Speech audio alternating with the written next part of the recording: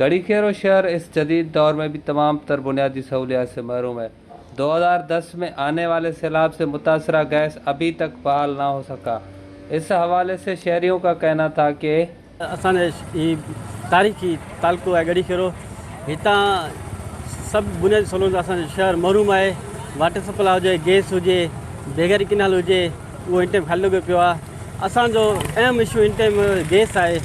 असां आला अख़्तियारनि खे गुज़ारिश करूं था त महिरबानी असांजो गैस बहाल कयो। असांजा ख़ुसूसन असां MPA ममता जखराणी, MNA एजाज जखराणी खां मुतालबो करूं था त महिरबानी करे हिन दफ़े अवाम तव्हां चूंडियो आहे ऐं असांखे गैस असांजी ज़रूरत आहे, असांजो गैस बहाल कयो वञे। जीअं त मां शहर गढ़ी खैरो इख़्तिसार तालुक है हम गैस सफ़ा बाद स्टार्टिंग 2010 से गैस है बाद पुराने शहर वारो नऊन कना बाद परेशान हो नऊन टाइम से गैस बिल्कुल बंद मना किए हैं।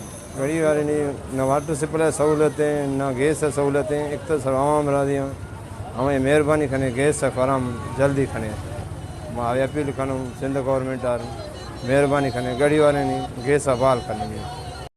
मीडिया से बात करते हुए शहरियों ने कहा कि 2010 में मुतासर होने वाला गैस अभी तक बहाल ना हो सका।